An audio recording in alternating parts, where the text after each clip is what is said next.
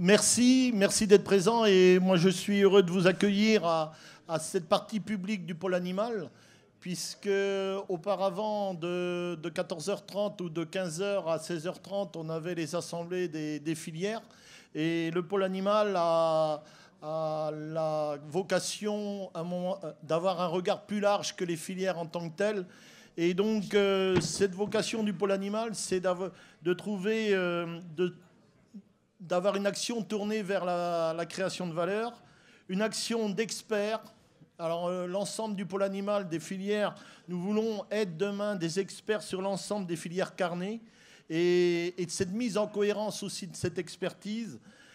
On s'engage beaucoup sur le produire plus et mieux et avec tous ces conséquences sur nos modes de production et sur tout ce qui en découle. On aussi, et la présence de M. Dessertine l'inscrit un peu dans cette logique aussi, c'est de se tourner vers les financements de nos filières, de notre amont agricole. Derrière, nous avons aujourd'hui dans cette séquence du pôle animal, cette séance publique, nous avons souhaité accueillir un seul intervenant, un seul grand expert. Et je voudrais qu'on prend le temps d'échanger avec M. Dessertine, parce que le souhait que j'ai, c'est qu'à la sortie de cette salle, vous avez les neurones agités. Et parce que je pense que quand le but de l'intervention de M. Dessertine, c'est de nous donner une perspective sur notre économie, sur nos enjeux, sur les actions qu'on doit y conduire, sur les forces et faiblesses de nos filières agricoles. Donc, Jacques, tu nous présentes en 2 mots notre intervenant et on lui laissera la parole après. Bien sûr. Bonjour à tous. Notre intervenant de cette année est M. Philippe Dessertine, professeur de finance, directeur de l'Institut de haute finance, membre du Haut Conseil des finances publiques de la République française, et président du Cercle de l'entreprise. Alors cela va peut-être vous surprendre, mais M. Dessertine va nous décrire un futur exaltant pour nos filières. Car comme il l'écrit dans son dernier livre, ce que nous ne pouvons arrêter, gérons-le. Participons autant que faire se peut à cette nouvelle révolution verte, au grand défi, celui de nourrir la planète et d'éradiquer les famines. Nous détenons les clés du succès. Mais dans une ambiance de crise financière, d'interrogation sur la future politique agricole commune, je parle déjà de celle de 2020, et de forte pression écologique, pas toujours raisonnable, il n'est pas évident pour nos éleveurs et nos industriels de garder le moral. M. Dessertine va nous présenter sa réflexion et surtout, comme nous le lui avons demandé, il n'hésitera pas à bousculer certaines idées reçues. Donc, M. Dessertine, je vous invite à nous expliquer que le monde de demain a déjà commencé. Allez-y. Oui. J'en profite pour vous dire qu'on a une partie de présentation de M. Dessertine et on aura un temps de questions. Donc, au cours de la présentation, mais commencez à noter les points qui peuvent vous interroger et qu'on posera à M. Philippe Dessertine. À vous. Merci. Merci beaucoup, Monsieur le Président. Merci à toutes et à tous de m'accueillir aujourd'hui. C'est vrai que vous me disiez, j'ai ma mission, la mission, vous m'avez mis la pression avant de rentrer en disant message positif. C'est vrai que toujours là, j'ai l'image qu'avait résumé un jour Yves Calvi dans l'émission C'est dans l'air en disant oui, Dessertine, c'est le croque-mort de Lucky Luke, le gars à la peau jaune qui est déjà en train de prendre vos mesures quand vous êtes bien portant en disant on n'est jamais trop prévoyant, quoi, hein. Donc, c'est pas du tout dans cette optique que je vais être ce soir. Et peut-être d'ailleurs, c'est facile de le dire, mais quand même, je me sens un peu des vôtres, puisque j'ai le cousin de ma femme qui est quelqu'un qui élève du cochon en Bretagne, qui m'explique depuis longtemps les problèmes que rencontre la filière. Je suis particulièrement intéressé par la Bretagne de ce point de vue. Il est dans le Porzay, vous voyez, il a un bel élevage qui fonctionne bien, mais avec évidemment toutes les fluctuations sur les cours que vous connaissez, on va dire, dans toutes les filières du monde aujourd'hui agricole. Donc peut-être vraiment percevez-le bien de cette manière. L'idée est de faire tomber les bouteilles d'eau et aussi peut-être effectivement de réfléchir à la manière la plus positive d'envisager le nouveau monde. Souvent, quand on dit le monde est en train de changer, les gens vous regardent gravement et vous disent « je sais, et mes enfants ne vivront pas comme moi ». Et souvent, quand ils disent ça, on sent qu'il y a quelque chose de triste et de pesant en disant nous avons vécu une sorte d'âge d'or et nos gosses, on a le sentiment qu'il va falloir qu'ils payent pour ça. On a le sentiment que finalement, ils vont avoir à gérer un passif et que les belles années sont derrière nous et ne sont sûrement pas pour eux. C'est quelque chose qu'on entend très souvent et quelque chose qui, je le répète, est exprimé vraiment pas de gaieté de cœur. Alors moi, je suis prof à la fac, j'ai des étudiants en face de moi, peut-être je vous en reparlerai tout à l'heure. Mes étudiants, ils me disent la même chose. Ils me disent « nous ne vivrons pas comme nos parents ». Mais quand ils disent ça, eux, c'est beaucoup moins tragique. Ils disent « et d'ailleurs, on n'a pas envie de vivre comme nos parents ». Et donc, de toute façon, nous allons probablement vers quelque chose de différent. Et ce quelque chose de différent, loin de nous paniquer, est peut-être au fond quelque chose qui nous exalte. Et nous espérons que les choses vont changer le plus vite possible. Pour essayer d'illustrer ça, je vous raconte l'histoire d'une histoire qui s'est passée ici à Paris il y a 3 ans, un peu plus de 3 ans, 2011. 2011, la France avait la charge au mois de novembre d'organiser le G20. Je ne sais pas si vous vous souvenez, ce G20 s'était déroulé il y a 3 ans, mais le temps passe tellement vite, on l'a oublié. Hein. Le G20 s'était déroulé à Deauville au mois de novembre, enfin la fin de l'année. Comme tous les G20, cette année, si vous vous souvenez, à la fin de cette année, il était en Australie. Quand on organise le G20, au printemps, on organise le G8. Le G8 était organisé à Deauville au mois d'avril.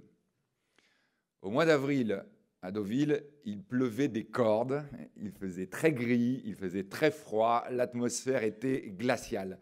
Et elle était glaciale aussi dans la salle du Palais des Congrès de Deauville, où on parlait dépression, on parlait crise, on parlait récession, on parlait chômage, on parlait de la crise qui déferlait sur l'économie mondiale.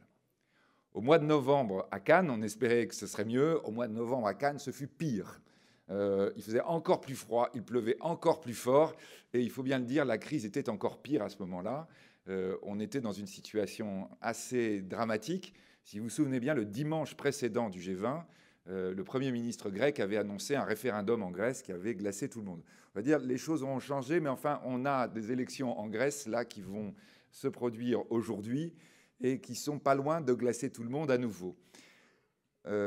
On sentait bien que la communication autour de ces grands sommets internationaux serait compliquée pour être positive, comme vous me le demandiez tout à l'heure, Monsieur le Président. Et donc, nous avions eu l'idée en France, et en particulier Publicis, avec son président, avait eu l'idée de dire il faut absolument faire un contrepoids positif, en disant à Deauville, à Cannes, au fond, ce qu'on est en train de faire, c'est liquider l'ancien monde. C'est le vieux monde qui est en train de finir. La crise, en fait, représente un changement d'époque, le fait que nous sommes en train de clore une longue période et qu'une nouvelle est en train de s'ouvrir. Et donc, l'idée avait été de dire qu'est-ce qui peut symboliser le nouveau monde? Qu'est-ce qui peut symboliser le nouveau modèle économique qui est en train d'apparaître? Eh bien, c'était les grandes entreprises qui déjà existaient à ce moment-là et qui étaient des sortes de symboles de ce qui est en train de se produire. Et donc, avait été organisé à Paris ce qu'on avait appelé l'IG8. L'IG8, donc les 8 plus grandes sociétés du numérique en 2011. Ces 8 plus grandes sociétés devaient parler du futur. Leur président était là pour essayer d'exprimer la façon dont ils envisageaient ce futur. Normalement, celui qui devait parler était Steve Jobs. On considérait que c'était le plus emblématique, le président d'Apple, fondateur, celui qui avait vu le développement possible de son entreprise, qui avait failli la perdre et puis qui avait su formidablement rebondir avec les idées extraordinaires qui animent son entreprise. C'était en mai 2011. Mai 2011, Steve Jobs est très malade. Quand il est à Paris, il a un malaise. Il va disparaître quelques semaines plus tard. Et donc, vraiment, au dernier moment, il ne peut pas faire l'intervention qu'il avait prévu de faire. Et donc, les organisateurs paniquent. On est quand même avec un événement sur lequel on a fait venir toute la presse mondiale. Panique, cherche un remplaçant. Le remplaçant, on le cherche, on pose des questions, et finalement, c'est un jeune homme de 27 ans qui dit « Moi, si vous voulez, je peux être le speaker ». Ce jeune homme, il s'appelle Mark Zuckerberg. C'est le président fondateur de Facebook. La veille de l'ouverture, il dit « Moi, si vous voulez, je sens bien et je sais comment je vais parler. » Il n'y a pas tellement de choix. On dit « Bon, bah ok, vous y allez. » Déjà, le lendemain, quand il arrive au bas de la tribune, on a un peu de gouttes qui commencent à perler sur le front des organisateurs. Mark Zuckerberg est habillé comme la veille. C'est-à-dire qu'il a toujours son jean, ses baskets, son t-shirt et un sweatshirt avec une capuche. Il est au bas de l'estrade à l'amphithéâtre des Tuileries, donc pas loin d'ici. Les organisateurs lui disent « C'est possible, vous pouvez enlever au moins la capuche et le sweatshirt. » Il dit « Oui, non, pas de problème. » Donc, il monte. Donc là, M. Lévy, le président de Publicis, l'accueille. Et il dit voilà, je vais vous parler effectivement du nouveau monde. Et il commence en disant il paraît qu'en avril, à Deauville, il paraît qu'en novembre, à Cannes, vous parlez de crise. Et là, il rajoute virgule, vous les vieux. Donc là, question publicité, question choc, on était servis, les gens s'enfoncent un peu parce qu'il est vrai que dans l'amphithéâtre, la moyenne d'âge était légèrement supérieure à 27 ans. Il n'y avait aucun doute. Et donc, il commence à dire cette crise, c'est celle du monde ancien. C'est celle de ceux qui regardent derrière eux, celles qui ont un rétroviseur et qui ne regardent pour avancer que dans leur rétroviseur. Et il y va, et il y va, il y va, en disant, moi, ma génération, elle ne croit pas à la crise. Elle n'y pense même pas. Mon entreprise Facebook va devenir la plus grande entreprise du monde. Grâce à qui? Eh bien, grâce à tous ceux qui l'utilisent et s'abonnent à Facebook. Et tout cela, je vous rassure, ce sont les gens de ma génération, dit-il. Hein, je ne me mets pas du tout dans cette génération-là. Je ne suis pas sur Facebook, enfin si, mais vraiment de manière accessoire. Donc voilà, il y va, il y va, il y va, en disant la nouvelle génération, en fait, la crise, elle ne la voit pas parce qu'elle est déjà dans un nouveau monde. Et il termine son allocution par 3 coups de poing. Le premier, il dit, c'est en fait ce que nous attendons de vous, les vieux. Il remet une couche, tant qu'à faire, il avait raison, on était préparés. Ce que nous attendons, c'est d'abord, il prend le terme en anglais, d'abord que vous remettiez le train sur ses rails. C'est-à-dire, grosso modo, que les erreurs qui ont été commises par les générations passées, eh bien, elles soient effacées, elles soient rectifiées et qu'on puisse véritablement repartir sur une situation assainie. Deuxième chose qu'il évoque, il dit, deuxième besoin que nous avons, nous, notre génération et les générations à venir, c'est que vous investissiez. Il dit, mon problème en ce moment pour le développement de Facebook dans le monde, c'est qu'on m'avait promis que Internet serait accessible partout pour tout le monde.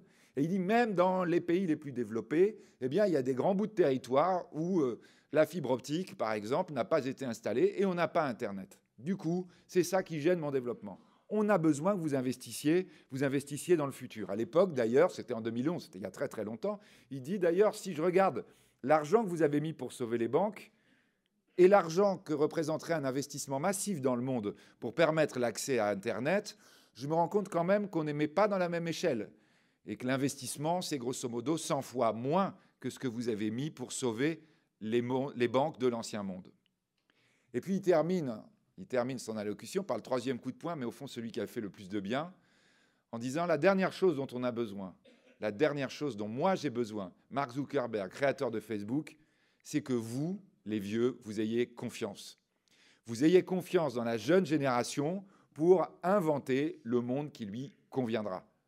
En disant, vous l'avez fait par rapport à vos aînés, nous sommes en train de le faire de la même façon, ayez confiance, pensez bien qu'il y a de la capacité, du rebond, de l'inventivité, tout autant dans nos générations arrivent que dans celles qui sont passées. C'était il y a une éternité, c'était il y a 3 ans. Nous sommes en 2014, 3 ans et demi après sa venue à Paris. Mark Zuckerberg a fêté ses 30 ans. Donc 30 ans, on va dire, il a quitté la vingtaine et il a eu un joli cadeau. Cette année, Facebook a acheté une entreprise qui s'appelle WhatsApp, qu'en France quasiment on ne connaît pas, qu'il a payé 19 milliards de dollars. 19 milliards de dollars, une entreprise qui n'existait pas en 2005. D'ailleurs, Facebook n'existait pas non plus en 2005. Nous sommes avec des entreprises qui sont extraordinairement valorisées, extraordinairement jeunes. 3 ans après, Apple est bien le vaisseau amiral de ce qu'on appelle GAFA. Google, Apple, Facebook, Amazon. Les 4, on va dire, les 4 pointes de ces entreprises nouvelles, mais qui sont rattrapées très très vite par tout un tas d'autres, LinkedIn, Yahoo, etc. Pour la première fois dans l'histoire des capitalisations boursières, la première capitalisation du monde, désormais, n'est plus ni une entreprise automobile, ni une entreprise pétrolière. C'est Apple. C'est Apple, cet Apple de feu Steve Jobs, qui n'en finit pas de croître, qui n'en finit pas de se développer. J'étais il y a quelques jours à New York, on rencontrait des analystes, et les analystes nous disaient, en fait, la mort de Steve Jobs a libéré encore de la créativité chez Apple. Il y a 3 ans, Apple n'aurait pas osé aller dans les directions qu'ils sont en train d'explorer et qui laissent à penser que Apple risque de rester longtemps encore la première entreprise du monde. Peut-être ces directions, juste comme ça, en passant, je vous les évoque, on ne parle que d'elles en ce moment dans le monde de la haute technologie. C'est ce qu'on appelle Apple Pay, c'est-à-dire le fait que demain, le téléphone portable va remplacer la carte de crédit. Apple a signé une convention avec Visa Mastercard. Et le deuxième élément, donc là, effectivement, là, c'est un président de banque qui vient de tomber dans les pommes. Et donc, le deuxième innovation extraordinaire, c'est Apple Coin, que là, Apple est en train d'envisager. Coin comme Bitcoin, ça veut dire monnaie. C'est-à-dire Apple, fort de sa trésorerie de 150 milliards de dollars aujourd'hui. 150 milliards de dollars, il pourrait s'acheter, s'il voulait, Total, il pourrait s'acheter PSA, il pourrait s'acheter L'Oréal, rien qu'avec leur trésorerie aujourd'hui. Apple a l'idée de lancer une monnaie Apple, une monnaie mondiale en disant, eh bien, notamment sur l'Afrique, quand on va se faire payer avec son téléphone, on dira « j'utilise la monnaie Apple ». Ça me permet d'acheter des produits Apple, mais je pense que très très vite, les gens vont dire « je préfère avoir de l'Apple Coin que n'importe quelle autre monnaie du monde ». Nous en sommes là aujourd'hui.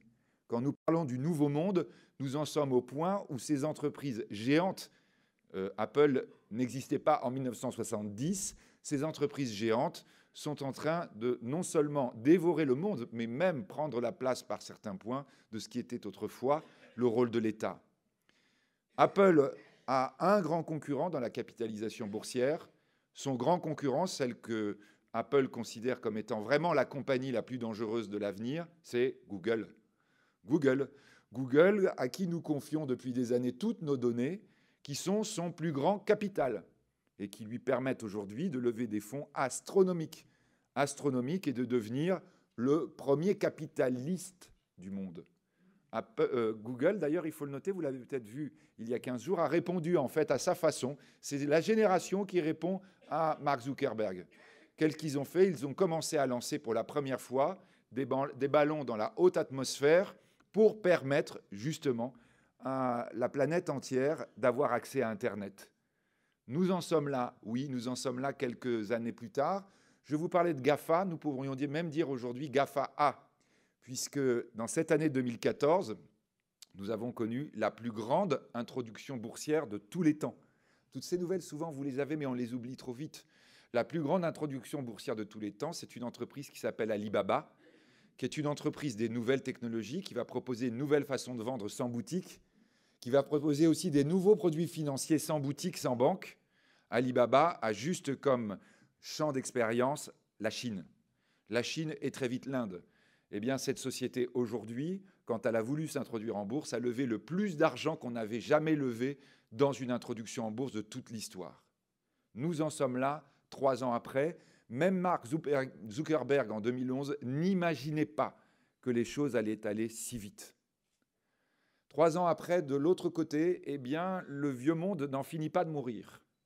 Le vieux monde n'en finit pas de mourir et on va dire une partie non négligeable de la planète reste obnubilée par son rétroviseur. 3 ans après, nous avons effectivement 2 moteurs qui permettent encore de sauver de la croissance, en particulier la croissance américaine. 2 moteurs ô combien redoutables.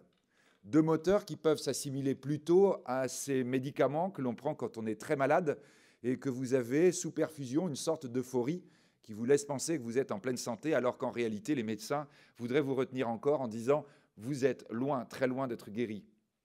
Ces 2 médicaments, ils s'appellent quoi? Ils s'appellent la liquidité massive injectée par les banques centrales occidentales dans l'économie mondiale. La banque centrale américaine a, on va dire, lancé la chanson. C'était justement en novembre 2011, quand nous étions dans ce G20 tragique dans lequel on avait le sentiment que la crise reprenait plus fort que jamais.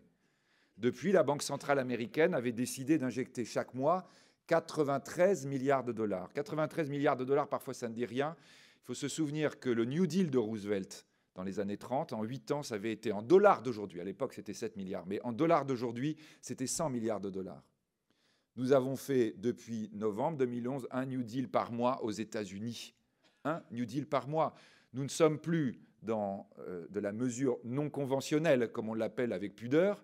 Nous sommes dans la photocopie devant la banque du Monopoly. Vous voyez, mes filles, quand elles étaient petites, me disaient « Papa, pourquoi tu ne distribues pas tout l'argent de la banque? On ne ferait jamais faillite. » Je disais « Bah oui, mais sinon, c'est pas drôle, sinon il n'y a plus de règles. » Eh bien, maintenant, on a distribué tout l'argent de la banque du Monopoly et les Occidentaux ont décidé de mettre la photocopie en route et de sortir autant de billets de 50 000 qu'il y en aura besoin. C'est moins drôle. On ne perd jamais. On dégrade les pays, on s'en fiche complètement, on est à taux négatif et on dit nous sommes sortis de crise. C'est l'ancien monde qui parle. Je pense que le nouveau monde, les Zuckerberg et consorts, doivent considérer qu'il y a un peu de danger là-dedans. Peut-être que la réponse d'Apple Coin est en quelque sorte la manière du nouveau monde de dire que tout ça va mal finir. Le deuxième moteur, et peut-être je le réévoquerai tout à l'heure, le deuxième moteur qui aujourd'hui est en train de pousser la croissance américaine, c'est du gaz que l'on a découvert depuis 4 ans, qui s'appelle le gaz de schiste, et qui est en train de totalement libérer les États-Unis de l'énergie, de la problématique énergétique, et qui est en train de totalement libérer la planète énergétique des quelques règles qui existaient encore. Et cette libération-là, elle pourrait s'avérer dangereuse. Le pétrole est tombé à moins de 60 $ hier soir. À moins de 60 $, la Russie va faire faillite, l'Iran va faire faillite, le Venezuela va faire faillite, le Nigeria va faire faillite. On va dire on s'en fiche. Nous, on a le pétrole qui baisse à la pompe. Nous avons M. Poutine qui nous dit « vous ne vous en fichez pas tant que cela ». Et quand M. Poutine le dit, on a tendance quand même à l'écouter. Nous sommes aujourd'hui dans des situations où l'ancien monde, pour essayer de retrouver à tout prix de la croissance, est prêt à faire n'importe quoi. Et là, évidemment, on peut s'inquiéter en se disant, est-ce que peut-être l'urgence, ce ne serait pas de se tourner davantage vers le nouveau monde? L'ancien monde, c'est clair, on doit le changer parce qu'il n'est pas tenable. Et voyez, s'il y a un message à faire passer, il faut quand même que je me dépêche à être positif, hein, parce que vous êtes en train de dire, j'avais promis d'être optimiste, vous êtes en train de dire, oui, bah dis donc, bonjour. Hein. Non, là, je suis dans la version croque-mort toujours. Hein. Mais quand même, il faut le dire aujourd'hui. Il faut le dire aujourd'hui, on est en 17 décembre 2014, il ne faut pas vous raconter d'histoire, il ne faut pas vous jouer du violon en vous disant que tout va bien. Si aujourd'hui, par miracle, la croissance comme avant revenait, voyez, on imagine, la Chine a 14% de croissance. C'était son taux de croissance en 2007, 14%. L'Inde, 10% de croissance, la Russie, 8% de croissance, et puis les États-Unis à 5% et la France à 3, 3,5%. Oui, on n'a plus de chômage. On n'a plus de chômage, tout va très bien, ça redémarre, tout est extraordinaire.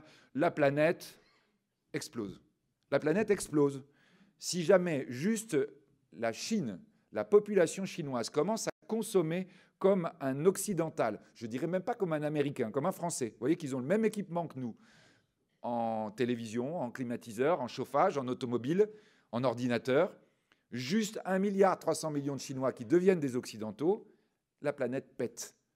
On est bien d'accord que, là, quand je fais ce mauvais jeu de mots d'ailleurs, il n'est pas du tout question de parler des risques de pollution agricole. Nous parlons bien des risques de pollution industrielle, énergétique. Ce sont eux qui nous menacent. Ce sont eux qui nous menacent avant tout. La consommation, la production à outrance n'est pas tenable. Le modèle occidental n'est pas tenable à l'échelle de la planète. Il n'est pas tenable et la planète nous le rappelle sans cesse.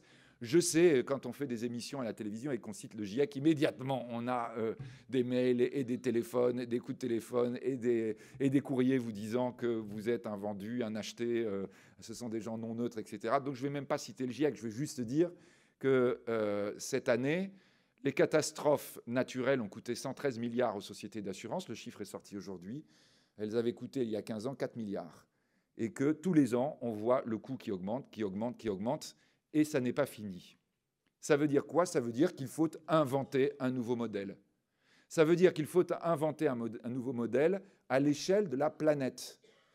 Et là, vous voyez, quand parfois on rencontre ici ou là des gens qui vous disent « Non, non, mais tout ça, c'est dingue, il faut revenir comme avant, il faut se retourner vers la façon dont on fonctionnait. » En fait, le rétroviseur, c'est la seule façon de pouvoir vraiment gérer cette évolution-là. Alors là, juste, il faut dire quelques chiffres. Je ne vais pas vous en assonner beaucoup, je vais juste vous dire que nous sommes le 19 décembre 2014. 19 décembre 2014, nous sommes un peu plus de 7 milliards 200 millions d'habitants sur Terre.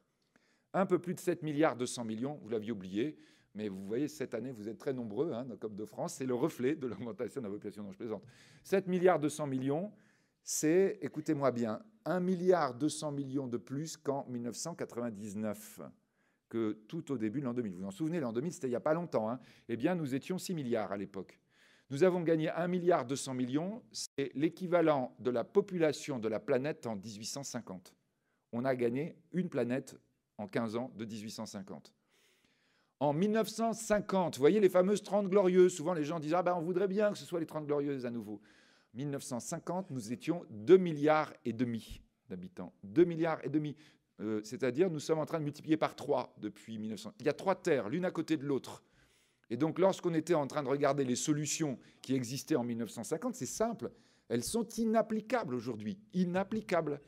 Si vous regardez les solutions de 2000, de 1999, c'est simple. On ne parle pas de la même planète. Vous avez la planète d'aujourd'hui plus celle de 1850. Nous sommes avec une complexité croissante absolument incroyable. Juste la prévision démographique, elle est de 11 milliards en hypothèse basse à la fin du siècle, 16 milliards en hypothèse haute, 16 milliards d'êtres humains. Soyons clairs, ça n'est pas un problème. La solution n'est pas ce que peut-être certains d'entre vous sont en train de penser. Enfin non, je ne pense pas que vous disiez ça dans la salle. Mais il y a des gens qui disent ça aujourd'hui. Il nous faudrait une bonne guerre. Non, non, non, non. Ce n'est pas ça la solution. La solution, elle nous est offerte par la science. La science nous dit d'ores et déjà, aujourd'hui, ça n'est pas un problème.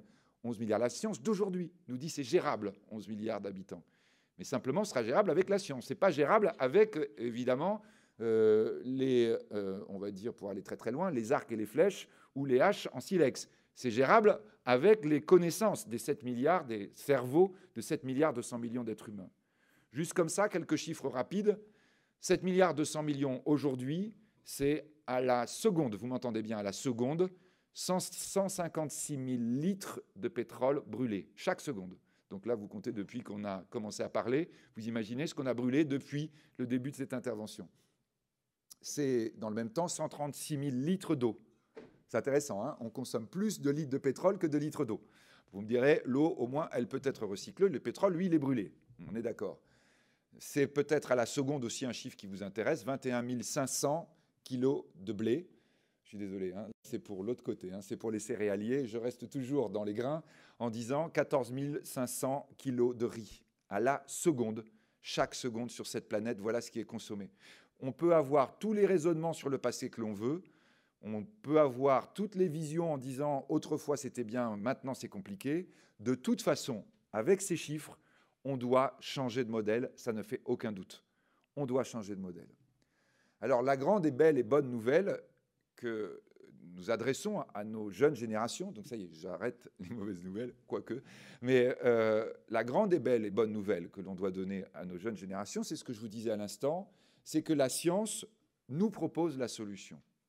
La science nous dit aujourd'hui, c'est possible d'envisager un nouveau modèle. C'est même possible que ce nouveau modèle, en fait, ait largement commencé, comme vous le disiez tout à l'heure, Monsieur Poulet. Le monde de demain a déjà largement commencé, largement déjà commencé. La science, évidemment, elle signifie quoi? Elle signifie que l'on accepte d'envisager tout ce que peut nous apporter aujourd'hui le plus beau succès de la mondialisation. Le plus beau succès de la mondialisation, c'est la mise en commun des cerveaux. Si la mondialisation produit des effets absolument incroyables, vertigineux, c'est bien dans le monde scientifique.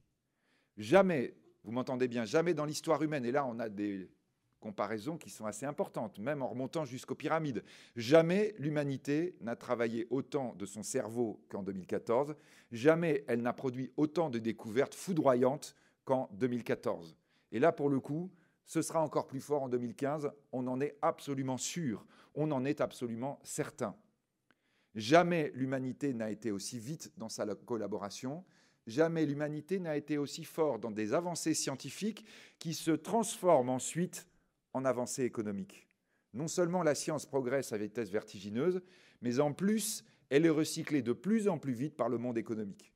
Les nouvelles entreprises qui utilisent ces révolutions scientifiques sont toutes plus extraordinaires les unes que les autres. Alors peut-être très vite, je vous évoque ces 4 révolutions.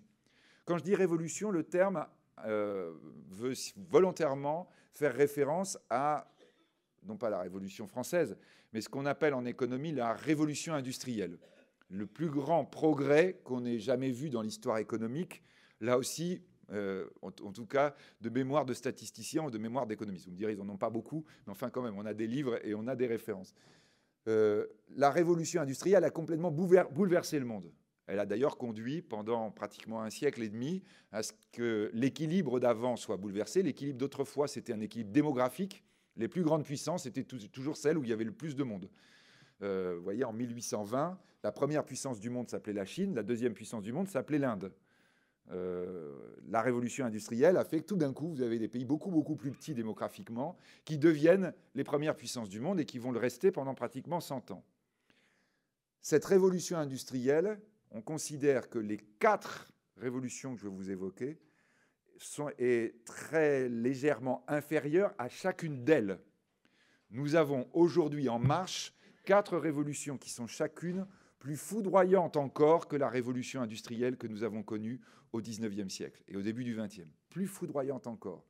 C'est vraiment pour essayer d'avoir une échelle, vraiment pour essayer d'avoir ou de se représenter ce que cela signifie, tellement cela est vertigineux.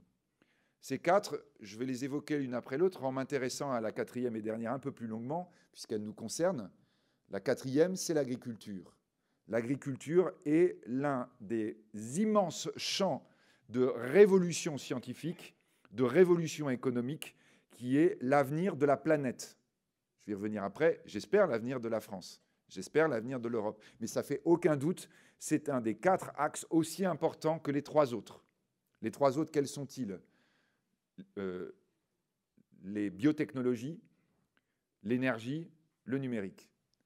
Regardons-les très rapidement. Le numérique. Le numérique, c'est probablement celui qui est le plus extraordinaire. Alors vous allez me dire, le numérique, oui, mais ça y est, on la connaît, la révolution numérique. C'est justement vos GAFA que vous évoquiez tout à l'heure, les entreprises de l'IG8.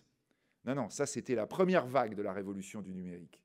La première vague du numérique, quand le numérique était juste dans les réseaux d'information. Le numérique aujourd'hui est en train de révolutionner toute la perspective économique parce qu'il sort de l'information. Il est toujours dans l'information, mais pas uniquement. Il sort de l'information de quelle manière ? Par le fait que le numérique permet une gestion des données. Peut-être vous avez entendu cette expression que l'on appelle les big data, les données massives. Alors, on en entend parler aujourd'hui, on entend des échos éloignés dans une tête d'épingle en termes de conséquences, c'est-à-dire lorsque vous passez avec un téléphone près d'une boutique et que le téléphone vous alerte en disant « Là, vous avez madame… » Non, pourquoi madame ? Oui, les chaussures qui vous plaisent ou monsieur, la robe qui vous intéresse. Oui, il faut chacun faire un cadeau aux autres, c'est Noël. Donc, voilà, vous êtes aujourd'hui avec cette application des données, c'est-à-dire la possibilité de très vite, comme ça, représenter, par exemple, l'ensemble des manipulations que fait chaque individu sur ces appareils reliés au réseau. Mais ça, c'est en fait rien du tout. Absolument rien à côté de ce que permettent la gestion des big data, la gestion des données massives. Juste pour avoir une idée, vous voyez, quand se sont créés Facebook de Mark Zuckerberg, puis Twitter, Facebook et Twitter ont multiplié par 2 l'ensemble des données qui circulaient sur la planète. Les données, c'est tout, c'est absolument tout. Le téléphone, etc., les données bancaires. Juste Facebook et Twitter ont multiplié par 2 les données en circulation sur la planète.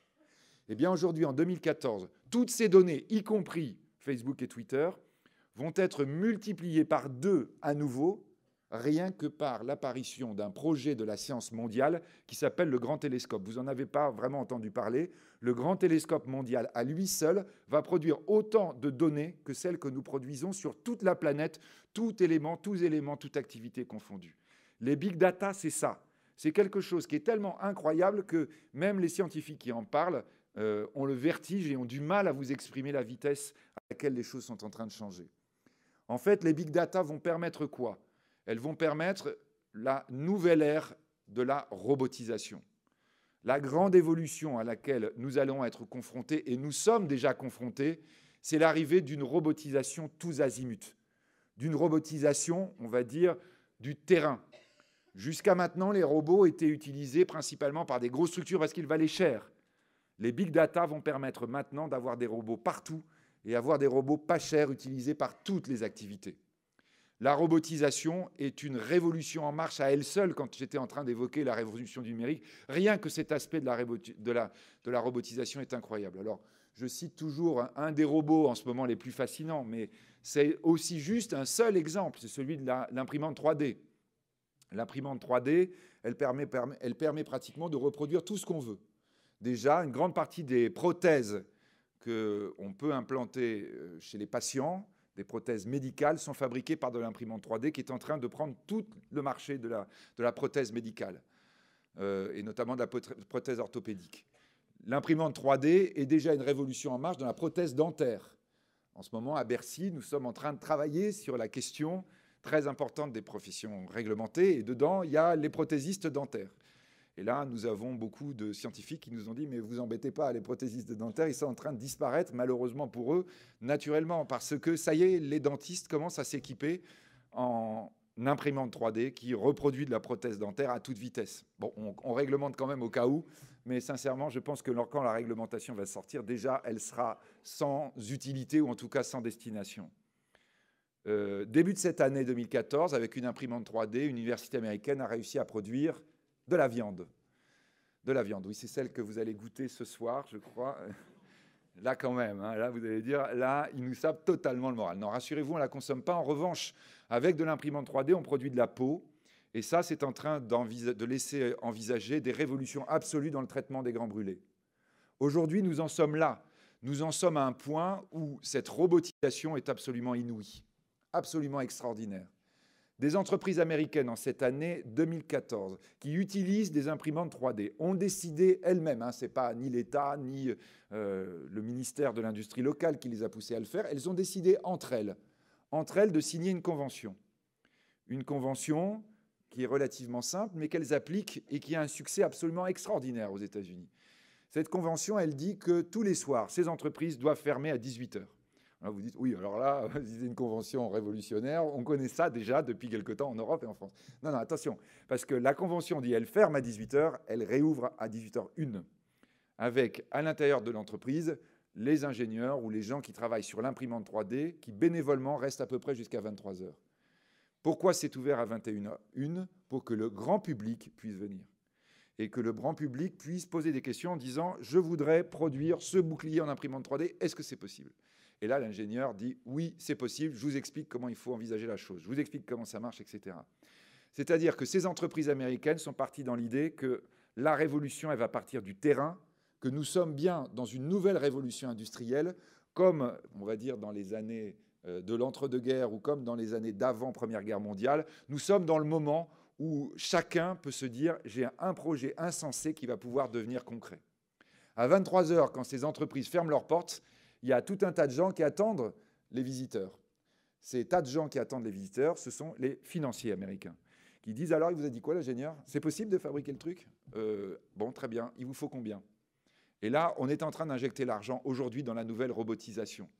La nouvelle robotisation va avancer de plus en plus vite. Quand je vous parlais tout à l'heure des extraordinaires avancées de la science, tous les scientifiques vous disent aujourd'hui qu'en réalité, l'une des raisons pour lesquelles on est maintenant dans une accélération totale, c'est que la science avance par l'intelligence artificielle. Là où sont les robots, c'est déjà là où sont les scientifiques. Et les scientifiques eux-mêmes, aujourd'hui, sont dépassés par les machines qu'ils ont créées. Juste pour rire, au début de l'automne, une très grande entreprise chinoise était en train de renouveler 3 membres de son conseil d'administration à Hong Kong. 2 personnes sont nommées, il reste un 3e siège. Il y a plusieurs candidats. Finalement, le conseil d'administration, à l'unanimité, décide d'élire à la place restant libre un algorithme. Un robot mathématique. En disant, écoutez, tous les candidats, vous êtes très sympas, vous avez beaucoup d'expérience, vous êtes très intéressants en réunion, mais sincèrement, le robot va davantage nous aider pour la prise de décision. Nous en sommes là. Nous sommes au point où, très probablement, à la tête des entreprises de demain, des grandes entreprises de demain, soyons clairs, nous aurons très probablement des gens qui seront spécialistes des algorithmes. Je ne veux pas que vous entendiez, je ne veux pas que vous prononciez, je ne veux pas entendre la phrase qu'on entend souvent en France, surtout en France quand on dit des choses comme ça. C'est une phrase de vieux, hein, je vous dis tout de suite, je suis sûr que vous ne la prononcez pas. La phrase, c'est « ça fait peur ». Non, ça ne vous fait pas peur, c'est le nouveau monde. C'est le nouveau monde vertigineux. N'oublions pas, nous avons à gérer 16 milliards de gugus à la fin du siècle. Peut-être 16 milliards. On n'y arrivera pas sans avoir des robots super performants et des gens qui vont être extraordinaires dans l'invention. Et même avec ça, tout le monde aura du boulot. Tout le monde aura du boulot, rassurez-vous. Mais simplement, c'est vrai que le boulot va changer totalement. Il est en train de changer sous la pression de ces robots. Je me dépêche parce qu'il faut quand même que je parle de l'agriculture à la fin. Je suis sûr que vous avez envie qu'on en parle un tout petit peu. Deuxième révolution, la révolution énergétique. Celle-là, c'est vrai qu'elle doit nous interpeller parce que cette révolution, c'est celle qui est en cause lorsque l'on parle réchauffement climatique. Réchauffement climatique, ça veut dire quoi? Ça veut dire conséquence de l'utilisation de l'énergie fossile. La révolution énergétique, c'est de dire nous devons arrêter d'utiliser l'énergie fossile. Ça veut dire quoi? Ça veut dire qu'il faut trouver des énergies alternatives. Eh bien, les énergies alternatives, elles sont trouvées. Elles sont déjà trouvées. La science nous dit, il n'y a pas de problème, vous pouvez y aller. Là, simplement, l'économie, maintenant, est un peu gênée. Elle est un peu gênée parce qu'il y a 4 ans, je vous dis bien, il y a 4 ans, hein, et quand je dis 4 ans, c'est exactement ça. Quand on exprimait ce problème, tout le monde disait oui, quoi qu'il en soit, il n'y a pas le choix, parce que les réserves s'épuisent. Les réserves s'épuisent, donc il faut qu'on change. Il n'y a pas de problème. On voit bien qu'à 6 milliards ou à 5 milliards ou à 12 milliards d'individus, on va brûler très vite nos réserves énergétiques. Le gaz de schiste que j'évoquais tout à l'heure a tout changé. Aujourd'hui, les réserves de gaz de schiste, énergie constante dans l'utilisation planétaire, sont estimées à 250 ans. Rien que celles que l'on connaît. Et encore, on n'a pas commencé à explorer le Canada, qui est probablement le plus grand gisement du monde. Et sous la Sibérie, on est déjà tellement en train d'essayer d'exploiter le gaz apparent que le gaz de schiste dessous, on ne sait même pas quelle peut être sa quantité. Donc ça veut dire que nous avons la possibilité, nos générations et probablement la génération d'après, de ne pas se préoccuper de la question du réchauffement climatique du point de vue énergétique. Nous sommes devant un choix. Est-ce que nous voulons? Est-ce que nous ne voulons pas? Si nous ne voulons pas, eh bien c'est possible de pratiquer le déni. En tout cas, du point de vue énergétique, les voitures ne tomberont pas en panne. Donc ça, c'est une vraie question à nos générations, une vraie question qui se pose par exemple à une région comme l'Europe. On fait quoi? Comment on va envisager éventuellement le futur? Comment on va accepter ou non de créer le monde de demain? C'est une question fondamentale, c'est une question qui interpelle chaque citoyen. Rappelez-vous tout à l'heure, la croissance revient, la croissance folle, tout le monde est content, il n'y a plus de chômage, on a l'impression que tous les problèmes sont réglés. En réalité, tous les problèmes sont devant nous. Est-ce que nous décidons de les gérer ou est-ce que nous décidons de les ignorer? Cette question, elle est absolument majeure. On va dire elle se pose principalement dans le secteur énergétique aujourd'hui. Troisième révolution, c'est celle qui est considérée comme aujourd'hui la plus prometteuse et celle dont on pense qu'elle va créer le plus d'emplois dans les 10 ans qui viennent. C'est donc celle des biotech. Les biotech, c'est, on va dire, le travail ou le résultat des avancées de la science en matière de la génétique. Les biotech, souvent, on les découpe en 3. Les biotech rouges, celles qui se rapportent à la santé humaine et animale. Les biotech rouges, notamment, s'appuient sur une découverte extraordinaire qui s'est produite en l'an 2000, annoncée à l'époque par... vous voyez, on dit souvent, cette découverte, c'est l'équivalent de la découverte de l'Amérique par Christophe Colomb, 1492. Il y avait le Portugal, il y avait l'Espagne. En 2000, vous aviez la Grande-Bretagne et les États-Unis. Tony Blair d'un côté et Bill Clinton de l'autre, qui était encore président pour quelques mois, qui annoncent le décryptage du génome humain. On considère que c'est l'équivalent d'avoir découvert l'Amérique. Ça va probablement bouleverser la planète, exactement comme le fait de s'être rendu compte un jour qu'en fait, il y avait une Terre de l'autre côté de l'Atlantique. Nous en sommes aujourd'hui, 14 ans après, beaucoup plus avancés, pourrait-on dire, que 14 ans après 1492. Nous en sommes déjà au moment où on se rend compte les extraordinaires potentialités pour les biotech rouges, par exemple en termes de soins, en termes de médicaments, mais même en termes d'événements économiques qu'il va falloir gérer d'un point de vue éthique. C'est-à-dire, par exemple, vous êtes aujourd'hui avec votre carte génétique, comment vous regarde votre compagnie d'assurance? Comment vous regarde votre employeur?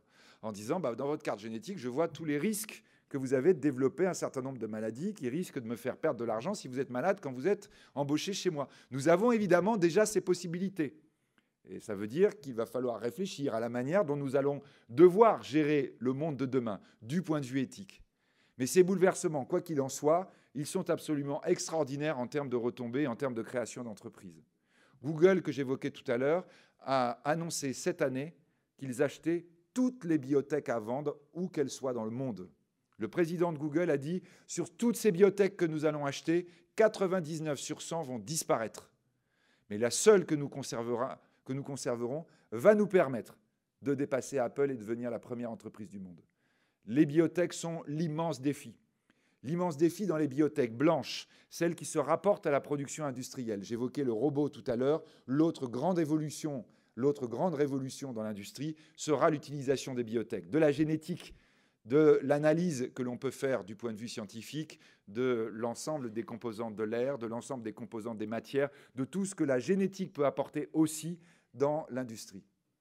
Et puis la dernière des biotech, c'est celle qui nous intéresse le plus ici. Non, d'ailleurs, c'était plutôt la rouge, entre parenthèses. C'est ce qu'on appelle les biotech vertes, celles qu'on appelle les biotech agricoles. Les biotech rouges aussi, vous me direz. Les biotech agricoles, c'est-à-dire celles qui concernent justement l'ensemble des semences et les questions que l'on peut poser de ce point de vue.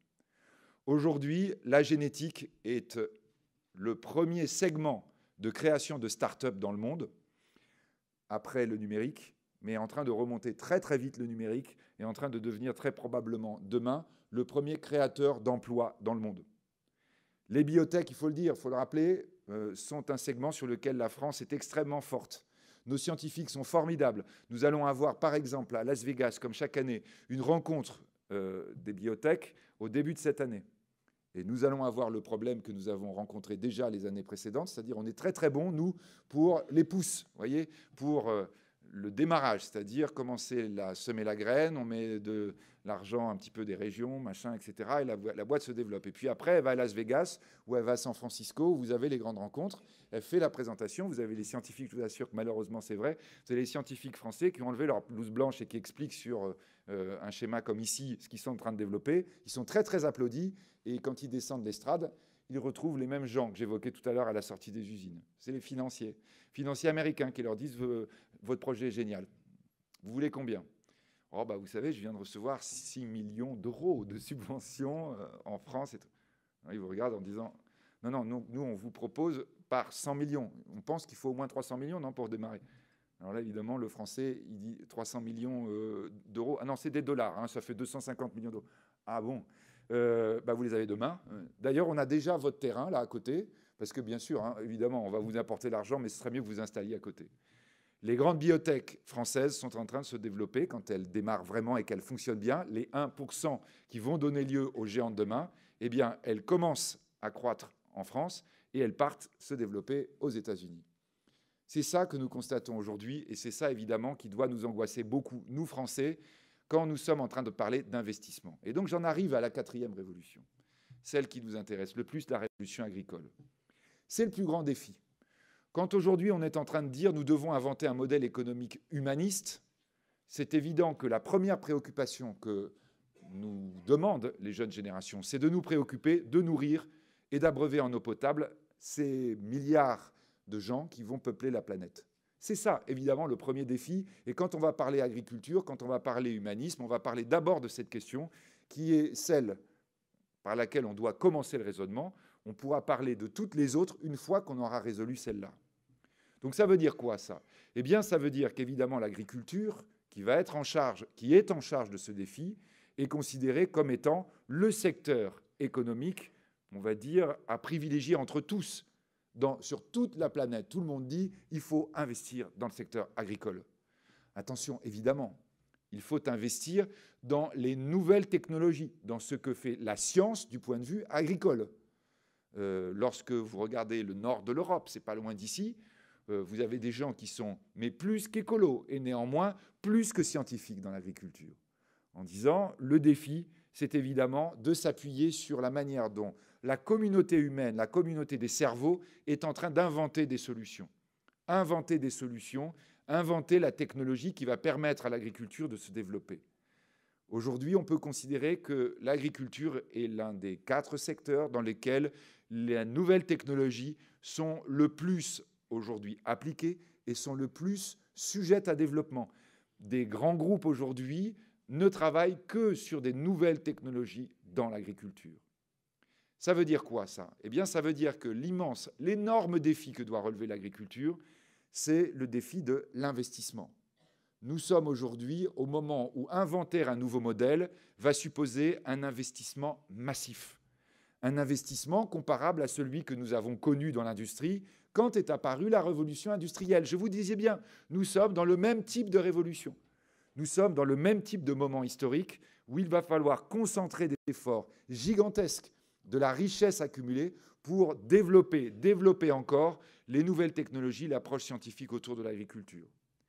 Parfois, cette révolution verte, alors le terme de révolution verte, évidemment, il est connoté dans l'opinion publique, parce que la révolution verte, c'est surtout celle des années 60-70, celle quand on travaille sur la manière d'augmenter les rendements, dont les scientifiques travaillent sur la façon d'augmenter les rendements. On dit bien à ce moment-là, c'est un des grands défis. Les agriculteurs ne sont pas nécessairement ceux qui ont demandé qu'on fasse ça. Mais on leur dit, voilà, les solutions qu'on a trouvées, les solutions sont chimiques, et elles vont poser pour l'essentiel, et elles vont poser un souci absolument majeur d'un point de vue économique, c'est qu'elles permettent l'augmentation des rendements, mais elles détériorent ou elles risquent de détériorer le terroir. La grande idée que nous avons aujourd'hui, la technologie agricole aujourd'hui, les recherches qui sont faites, c'est en disant on doit avoir des rendements de plus en plus élevés et on doit avoir non seulement un maintien du terroir en état, mais même, si possible, une amélioration. Nous devons avoir non seulement une préoccupation par rapport à notre génération, qui est de nourrir la planète, mais aussi une préoccupation par rapport aux générations futures, c'est-à-dire leur redonner un terroir en parfait état de marche, si vous me permettez ce raccourci rapide. On va dire que l'activité agricole aujourd'hui est bien plus avancée que l'activité énergétique. De ce point de vue, la révolution est très largement entamée. Alors évidemment, par rapport à cela, nous sommes en France et nous devons nous interroger. Où en est la France de ce point de vue? La France, c'est quand même le grand pays agricole mondial.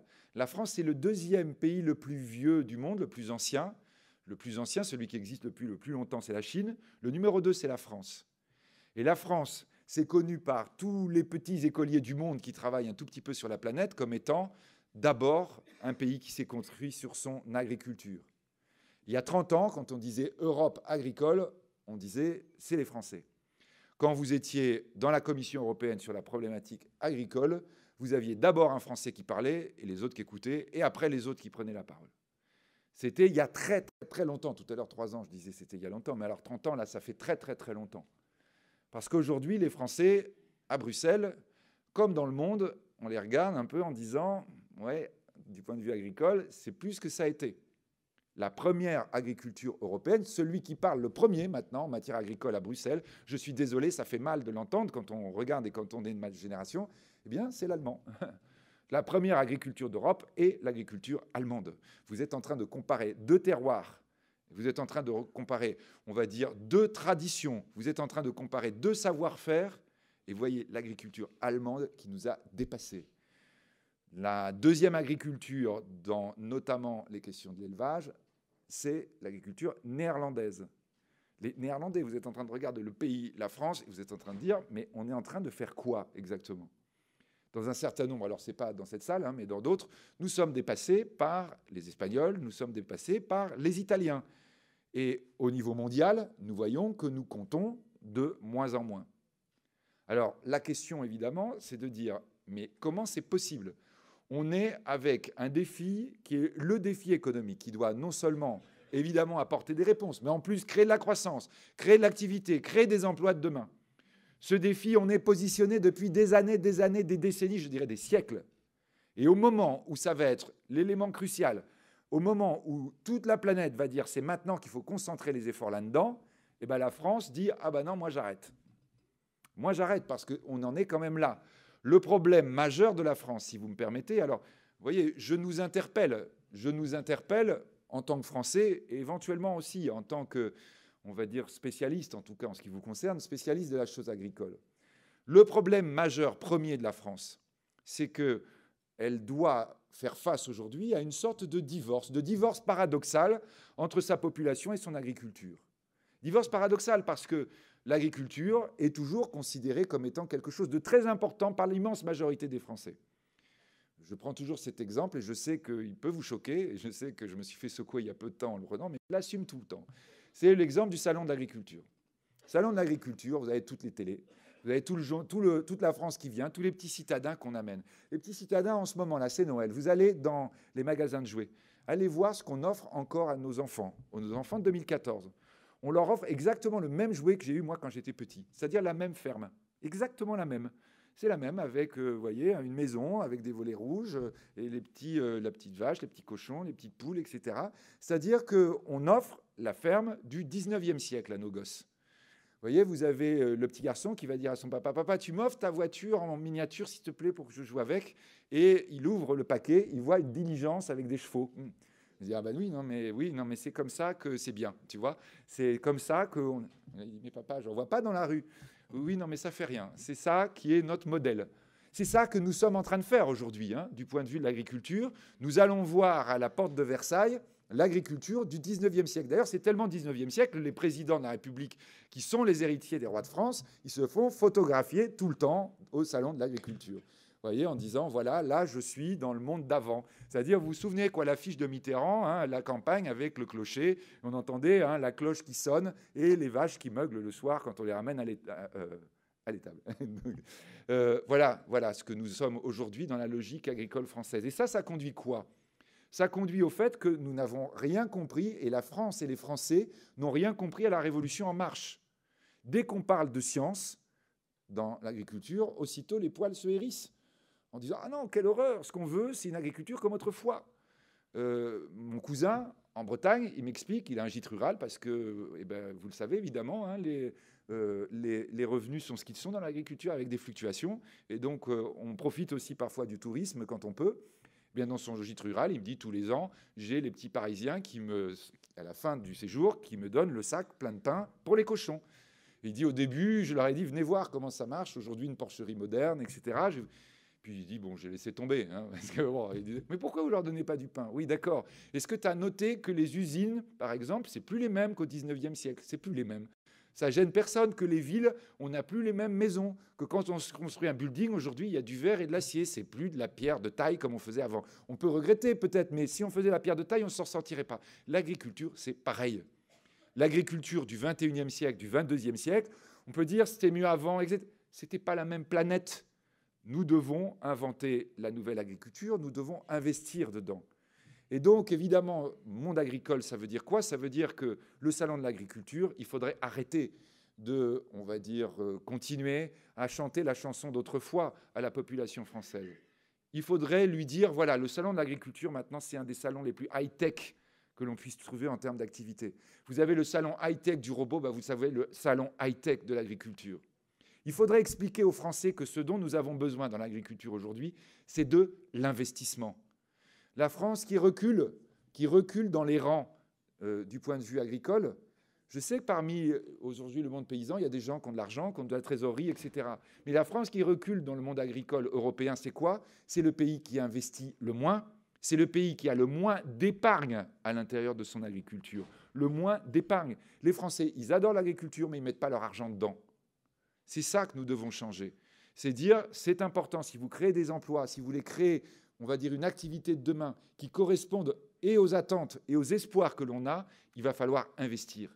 Investir massivement et que ce soit un effort de la nation tout entière. Et que ce soit peut-être aussi l'effort financier de toutes les liquidités qui sont disponibles pour investir dans ce secteur-là. Aujourd'hui, nous avons à faire cela. Et nous avons aussi, évidemment, à gérer la communication. J'adore votre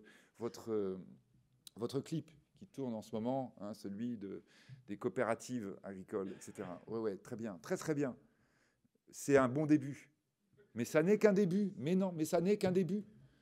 Est-ce que vous connaissez le plus grand pollueur de toute l'histoire de la planète? Est-ce que vous connaissez le nom du plus grand pollueur? Je vous interroge. Pour vous, c'est qui le plus grand pollueur de toute l'histoire de la planète?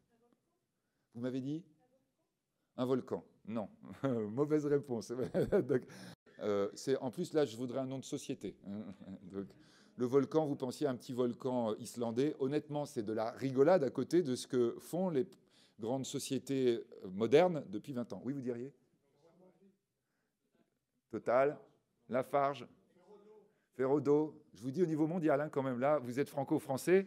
On est très bon, mais en termes de pollution, on a des champions qui nous dépassent. Hein. Exxon, Texaco. Eh bien, vous voyez, il n'y a pas une personne. Union Carbide, toujours pas. Pas une personne n'a cité la compagnie qui a fait la plus grande pollution de tous les temps. Celle qui a les engrais? Non, toujours pas. En Inde, toujours pas. C'est Union Carbide. Non, non, absolument pas. C'est la catastrophe dans le golfe du Mexique. Eh oui, c'était BP. J'attendais même parce que je pensais que certains, comme on entend beaucoup, c'est Shell. Souvent on dit, ah oui, c'est Shell. Non, c'est BP. Pourquoi BP est le plus grand pollueur de toute l'histoire humaine et pourquoi personne ne le connaît? Parce que BP a dit, on va faire oublier notre nom. On va faire oublier l'événement. Alors, ils ont mis des milliards. Hein. Ça, je ne vous cache pas qu'ils y sont allés franco, mais ils ont réussi à ça. Donc, quand vous avez BP qui a réussi à faire oublier son nom à la planète entière, quand on est en train de parler d'un accident en termes de pollution, on va dire que les agriculteurs français, ils doivent réfléchir, alors peut-être pas à cette échelle-là, mais à dire comment se fait-il qu'aujourd'hui, les Français, la population française, les élus français, vous m'entendez bien, les élus, les députés, quand on leur dit il y a un problème de pollution en France, ils vont commencer par parler du P des vaches. Ils vont commencer, les députés vous parlent de ça. J'ai des députés, je ne dirais pas de région, mais pas loin d'ici, qui ont sur leur territoire de la chimie lourde, qui ont sur leur territoire de la production automobile, qui ont sur leur territoire, bon, ceux qui sont pas loin d'ici, ils commencent à voir, qui ont des raffineries de pétrole. Eh bien, quand vous leur parlez pollution, ils vous expliquent, mais vraiment, en plus de toute bonne foi, ces députés-là, aujourd'hui, que le problème, c'est quand même le problème de l'élevage. Alors, vous êtes en train de dire, écoutez, il y a peut-être un problème avec l'élevage, on est d'accord, mais ça n'a rien à voir avec celui de l'industrie lourde. Enfin, on est juste là dans une logique où la com est vraiment très, très bien faite par les uns, mais vraiment très, très, très mal faite par les autres. Nous avons à travailler la com. Nous avons à être pédagogues. Nous avons à expliquer que cette activité est vitale et que les Français doivent comprendre que c'est un enjeu absolument extraordinaire, que tous les autres Européens sont en train de faire des choses fabuleuses, en train d'investir, en train de dire c'est compatible avec, on va dire, une planète qui soit une planète de mieux en mieux et de plus en plus accueillante, mais que ça suppose qu'on change notre vision, on va dire, passéiste, pour ne pas dire autre chose. Nous avons à travailler là-dedans. Alors évidemment, ça veut dire quoi? Je vais conclure là-dessus, pour qu'on ait le temps de poser quelques questions, pour que vous ayez le temps de me critiquer, m'attaquer autant que vous voulez. Je vais conclure en disant, ça veut dire quoi au niveau français? Ça veut dire que du point de vue français, il va quand même falloir qu'on se réveille. Il va falloir qu'on se réveille par rapport à toutes ces révolutions et cette émergence du nouveau monde. Bon sang de bonsoir. C'est parce que je m'énerve, mais vraiment, je vous assure que quand vous êtes dans des assemblées internationales ou dans des assemblées financières, etc., il y a des fois où vous avez quand même des envies d'énervement quand vous êtes français et que vous voyez le gâchis. Ce pays, quand on est en train de parler de révolution, quand on est en train de parler de tout ce qu'on a évoqué, c'est le pays de cocagne, normalement. D'abord, c'est le pays le plus beau, vraiment, hein, c'est le pays où tout le monde rêve de venir. Bon, objectivement, non mais objectivement, mais c'est même pas objectivement, c'est le pays où vous avez un plus grand afflux touristique. Vous avez plus de touristes en France qu'en Espagne, le numéro 2, ou qu'aux États-Unis, numéro 3. Mais quand je dis plus, c'est carrément le double. Et on se demande pourquoi parfois, parce que vous êtes à Roissy, vous prenez le RER, et vous voyez les touristes dedans, vous dites, bah dis donc, il faut vraiment que le pays soit beau, hein, pour qu'ils soient motivés à ce point pour venir nous voir. Bon, enfin bref, passons. Dans ce pays qui est un pays de cocagne, on a toujours été le pays en pointe de l'innovation. Là, pour le coup, vous voyez, je vous ai parlé de futur sans cesse, je vous ai dit qu'il fallait regarder devant et pas regarder dans le rétro, et bien je fais une exception. France d'il y a 100 ans. Bon, France d'il y a 100 ans, non, ça fait 1914, là, c'est pas terrible. Alors, disons 1913. 1913, c'est l'année de naissance de mon papa. 1913, la France, c'est le centre du monde, le centre intellectuel du monde. Tous les grands artistes qui vont inventer l'art du XXe siècle sont en France et principalement à Paris. Vous avez Picasso, vous avez Diaghilev, vous avez Modigliani, vous avez Soutine, vous avez aussi des Français d'ailleurs, hein, vous avez Cézanne et des gens comme ça, vous avez Émile Gouet, vous avez tout un tas de gens qui vont être en fait aujourd'hui les phares du monde moderne. en même temps à Paris, en même temps en France, vous avez des jeunes ingénieurs. Des jeunes ingénieurs, c'est-à-dire des équivalents de Mark Zuckerberg d'aujourd'hui. La plupart, ce sont des Français, les Mark Zuckerberg de l'époque. Ils s'appellent Citroën, ils s'appellent Peugeot, ils s'appellent Morane. Vous voyez, en 1910, la première industrie aéronautique du monde est française. L'avion a volé pour la première fois en France en 1892. 10 ans après, les gamins français sont en train de monter des usines. L'automobile, nous sommes les premiers constructeurs du monde dans l'entre-deux-guerres, même pas avant 14. Après 14, nous sommes les premiers constructeurs du monde. Peut-être là, une statistique tellement intéressante, tellement importante que j'ai relevée. La France, avant la Première Guerre mondiale et dans l'entre-deux-guerres, est le premier débouché en volume, en nombre, je ne dis pas en pourcentage, en volume, en nombre, des vendeurs de tracteurs. La mécanisation des campagnes, elle se fait avec les jeunes paysans français. Les jeunes paysans français de l'époque, ils sont totalement dans la logique du progrès, totalement dans la logique de l'évolution, beaucoup plus que n'importe quelle agriculture du monde. La France, c'est ce pays où on a le droit de tout oser, où on peut prendre tous les risques intellectuels, industriels, économiques. C'était 1913. Qu'est-ce qui s'est passé depuis ? Qu'est-ce qui s'est passé depuis ? Cette France qui ose, elle avait mis en 1789 la Déclaration des droits de l'homme dans sa Constitution. C'est quand même ça, sacrément gonflé. Personne n'avait osé faire ça avant. Tous les hommes naissent égaux et libres en droit. 2014, la France, effectivement, le seul pays du monde à avoir mis dans sa Constitution le principe de précaution. C'est quand même intéressant, là, de voir l'évolution qui s'est produite depuis. C'est-à-dire principe de précaution. Vous pouvez me tourner comme vous voulez en disant « oui, non, mais c'est bien quand même qu'on réfléchisse. Vous voyez, quand ça fait peur, qu'on y réfléchisse avant. » Oui, mais sauf que moi, je traduis le principe de précaution. Principe de précaution, ça veut dire risque interdit. C'est exactement l'inverse de la France 1913. La France 1913, c'est tous les risques sont autorisés. Vous avez le droit de tout faire, de tout essayer, de penser à tout.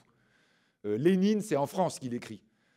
Vous me direz, bon, Hitler, il aurait pu aussi, heureusement, il n'est pas venu. Mais voilà, on était, enfin, il est venu après. Donc, on était en train de tout oser. Aujourd'hui, on n'a plus le droit d'oser.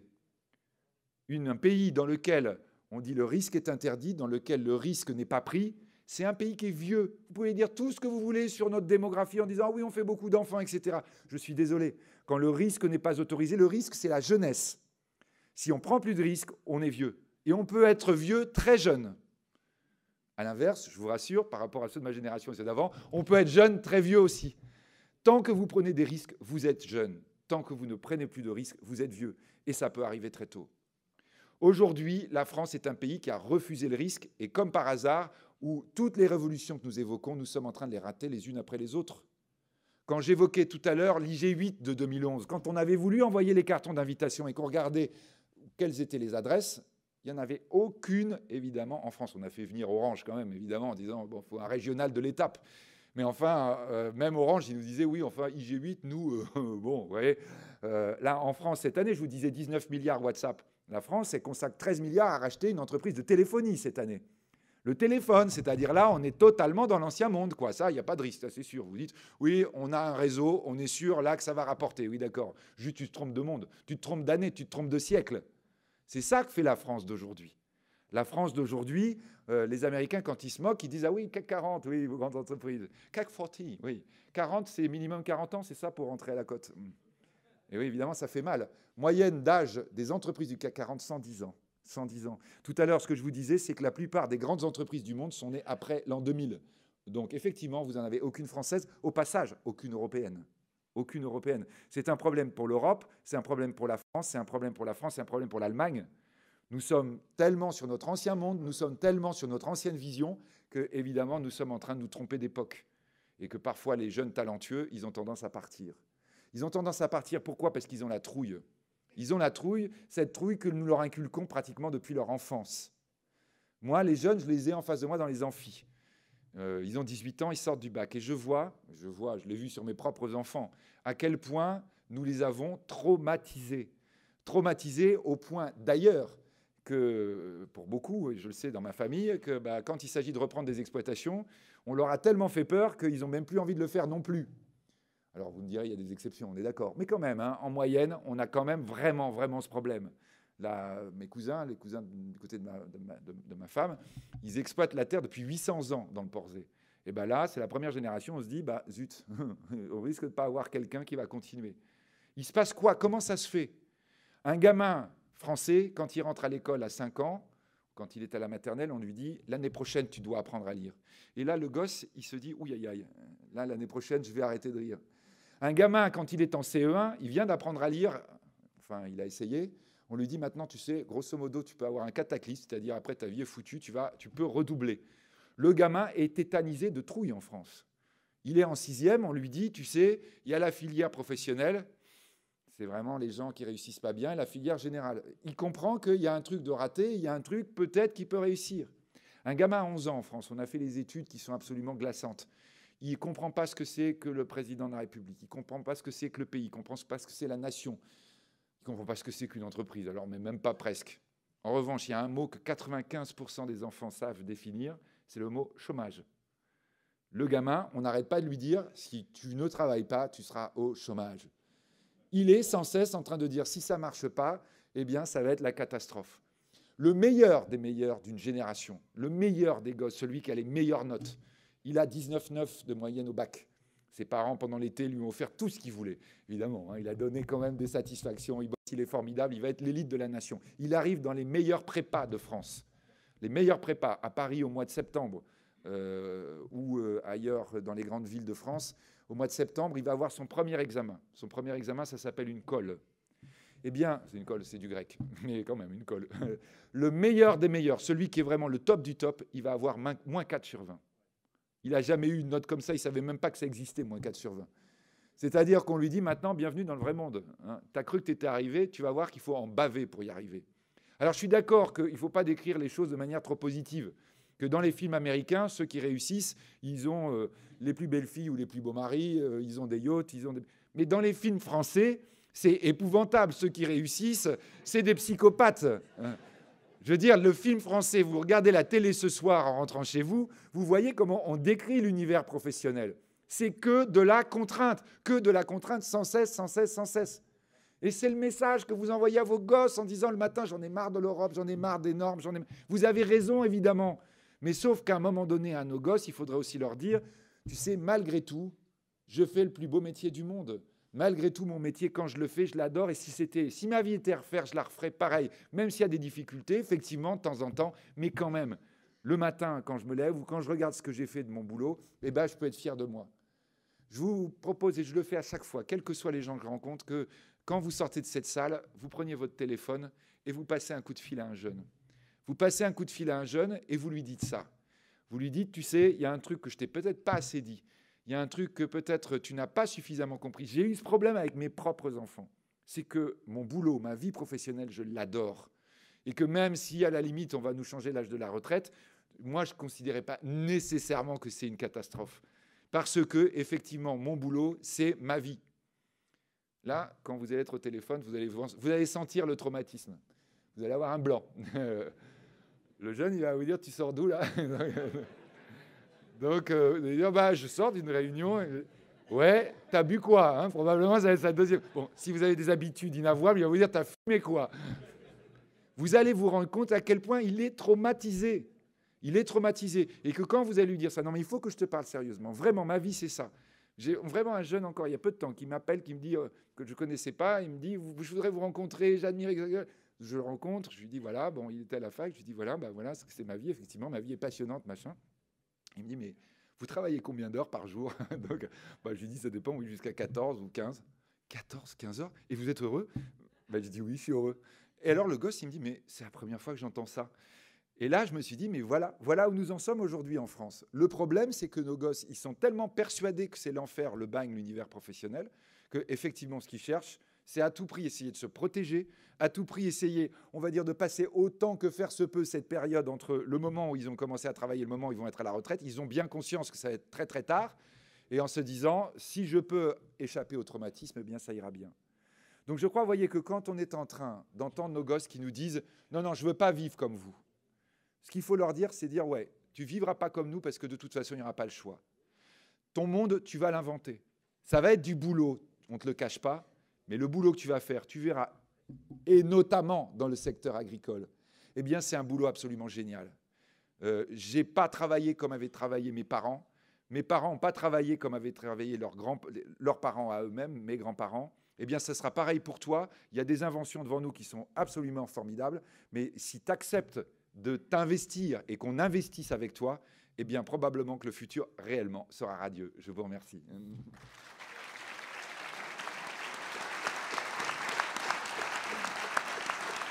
J'ai été beaucoup trop long.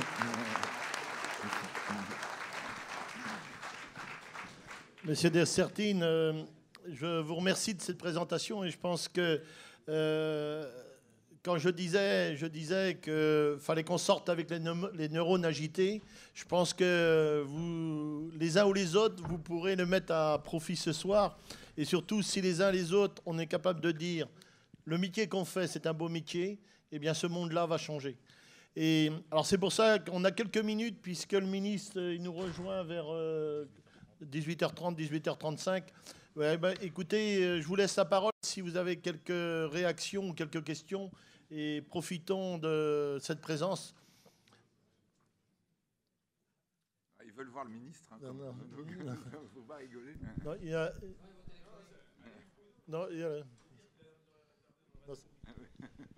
Oui, vous avez parlé de l'amour du travail. Excusez-moi, on aurait pu inviter le ministre à venir finir avec écouter monsieur Dessertine. Excuse-moi, Luc. Oui, vous avez parlé de l'amour du travail, vous avez parlé de... Ici. Vous avez parlé qu'il fallait aimer son boulot. Nous, en tant qu'agriculteurs, on aime bien notre boulot. J'ai été surpris que dans cette déclinaison-là, vous ne parliez pas de ceux qui gagnent de l'argent. Parce que quand on est aux États-Unis, ceux qui gagnent de l'argent et qui réussissent, on les met en avant et on leur dit c'est bien d'entreprendre. En France, celui qui réussit, il y a plutôt tendance à se cacher parce qu'on lui dit toi, on va te taxer, on va te mettre les pires choses du monde. Est-ce que c'est pas aussi ça qui casse un peu l'esprit d'entreprise en France? Alors, donc de réponse. La réponse, oui, évidemment. J'étais l'autre jour avec un jeune de 30 ans. Donc je traîne un petit peu, que je veux montrer comme une bête de foire. Vous voyez, il habite en Californie, dans la Silicon Valley, depuis 9 ans. Il y a créé, enfin, il y a une première boîte qu'il a apportée en Silicon Valley, qu'il a revendue pour $6 millions pour lui. Et les $6 millions, il les a remis dans sa nouvelle boîte. Il vient de lever $200 millions. Il vient d'embaucher 40 personnes. Et on était en train de le présenter dans une salle comme ça. Il est formidable. Il est en train d'inventer des applications numériques extraordinaires, français, donc totalement français, jeune ingénieur. Et effectivement, il y a des gens qui lui disent dans la salle « Mais comment vous avez une bonne ambiance dans vos équipes? Enfin, on voit les films, c'est incroyable. On rêve d'y aller. Comment vous faites ?» Et le gars, il dit c'était génial. Dans toutes les questions, il répondait exactement ce que les gens ne voulaient pas entendre. Il dit « Ah bah c'est simple, moi on a un système très simple, ça s'appelle les stock options. » C'est-à-dire, on leur fait gagner de l'argent, quoi. Donc là, les gens, ah ouais, non, vous n'avez pas de... Bah si, non, mais ça marche très bien. Alors donc là, effectivement, on était dans le décalage, quoi, dans le truc, en train de dire, bah oui, tu gagnes de l'argent. Bon, attendez, oh, l'argent, c'est pas sale, quoi. Hein. Donc on est d'accord que gagner de l'argent, c'est important et c'est intéressant, et que pour un jeune, c'est vrai que c'est souvent la question qu'il pose. Alors donc ça, c'est vrai que la France doit se réconcilier avec cette idée-là, que quand on réussit, on gagne de l'argent, mais c'est pas grave, et que d'ailleurs parfois, quand on a gagné de l'argent, on le remet dans là où on a réussi, et que peut-être après on va le perdre. Donc tout ça, c'est des choses qui vont, qui viennent, et c'est vrai que probablement on doit se réconcilier par rapport à ça. Mais d'autre part aussi, aux jeunes gens, il faut leur dire aussi que quand on aime son boulot et quand souvent les jeunes disent ah oui mais vous faites ça parce que vous gagnez beaucoup. Et si vous leur dites, mais attends, mais même je ne gagne pas beaucoup, ou même je gagne, mais je m'en fous, là, effectivement, ils sont un peu en arrêt en leur disant, le truc, gagner de l'argent, c'est important, et en même temps, il n'y a pas que ça. Je crois, vous voyez, le problème français, c'est les deux. C'est-à-dire, soit on n'en parle pas, parce qu'effectivement, c'est une sorte de tabou, en disant, on n'a pas le droit, enfin, le gars qui réussit, vous voyez, il y a un vrai problème de ce point de vue. Mais de l'autre côté, quand on en gagne beaucoup, ça devient tabou aussi, c'est-à-dire qu'on dit oui mais il n'y a pas que ça, oui en fait, vous voyez vous avez des banquiers, des gens, moi je les amène parfois, des traders qui vont dire, vous savez j'adore mon boulot, alors là ouais, ok d'accord, t'adores ton bonus, ah non, j'adore ça, c'est-à-dire même à la limite parfois je ne gagne pas, etc., mais j'adore ça, c'est-à-dire aux jeunes il y a à faire passer la double idée, qu'effectivement quand ça marche on peut gagner de l'argent, et qu'en même temps, le ressort qui nous fait lever tous les matins, c'est pas, honnêtement, c'est pour personne, je crois vraiment pour personne, c'est pas le compte en banque. C'est plutôt le fait qu'on soit tranquille, qu'on ait machin, etc. Mais c'est pas le compte en banque qui nous motive. C'est vraiment l'idée de passion. Je crois qu'il y a les deux choses à dire. Vous voyez, je suis d'accord avec vous sur l'aspect monétaire, économique, en disant soyons basiques. Hein, la question de l'argent, c'est pas du tout. On est vieille société judéo-chrétienne, légèrement matinée de marxisme. Hein, donc les deux mélangés, ça donne. C'est-à-dire l'argent, c'est le tabou total. Donc il y a ça. et en même temps, il y a la passion. Et les deux, c'est compatible. Moi, c'est un petit peu, si vous voulez, le message, à mon avis, qu'il faut faire passer aux jeunes gens. Il y avait une main, il y a quelques mains qui se lèvent là. Ouais, Hubert. Bonsoir. Est-ce qu'un pays comme la France, qui a fait la révolution de 1789, est un pays de réforme? Et deuxième chose, concernant le barrage de Sivens, je veux bien admettre qu'on a été en défaut en termes de communication depuis peut-être plusieurs années, voire dizaines d'années. Il n'empêche, comment arriver à faire comprendre à la société civile la pertinence du projet par rapport à des positions qui se radicalisent? Alors, deux choses différentes. Hein. Donc, première, et celle sur laquelle, évidemment, là, je vais répondre très longuement. La deuxième, j'ai oublié votre deuxième question. Mais non, je n'ai pas oublié. Hein. Donc, première, est-ce que la France doit se réformer? C'est pas qu'elle doit, là, c'est qu'elle n'a plus le choix. C'est-à-dire qu'on est vraiment dos au mur. La France, aujourd'hui, son système est bloqué. C'est-à-dire, quand je dis bloqué, ça veut dire qu'il continue. Là, on arrive contre le mur. Et en ce moment, le mur ne nous arrête pas complètement, il bouge légèrement grâce à la Banque Centrale Européenne. Mais il est toujours là. Et à un moment donné, il va se bloquer, et à un moment donné, ça va faire très mal.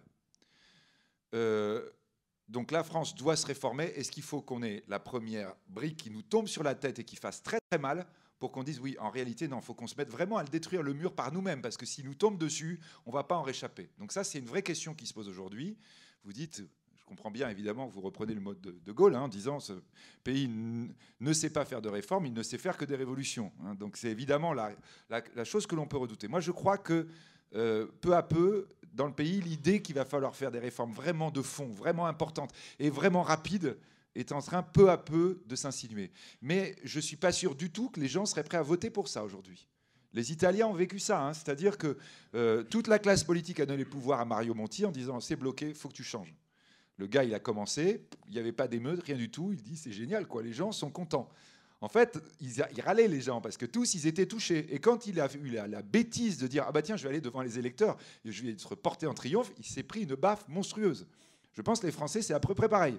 Ils sont tous d'accord pour dire, il faut que ça se réforme, ils savent tous qu'ils vont être touchés, ils savent tous que ça va être douloureux, ils n'ont pas envie. Vous voyez, je dois aller chez le dentiste me faire arracher une dent, j'ai beau savoir qu'il faut, j'y vais pas. Et le jour où j'y vais, j'ai envie de lui mordre le doigt tellement il me fait mal. Hein. Donc c'est à peu près ça, le rapport français. Alors après, la deuxième chose qui est vraiment importante là aussi à faire passer à tous les citoyens français, c'est l'idée que vous avez deux pays dans l'histoire européenne qui ressemblent beaucoup, qui étaient dans des situations qui ressemblent beaucoup à la nôtre. Ça tombe bien parce qu'ils s'en sont sortis, un par la droite, l'autre par la gauche. Donc on va dire, ça veut dire que les deux marchent. Les deux, c'est l'Allemagne des années 90, la Grande-Bretagne des années 70. Si vous vous souvenez, enfin ceux qui sont les plus âgés dans la salle, comme moi, Grande-Bretagne des années 70, on était persuadé que le pays était foutu. Vraiment, on disait, ils s'en sortiront jamais. À l'époque, les Rolling Stones partaient en exil fiscal en France. C'est dire, hein, quand même.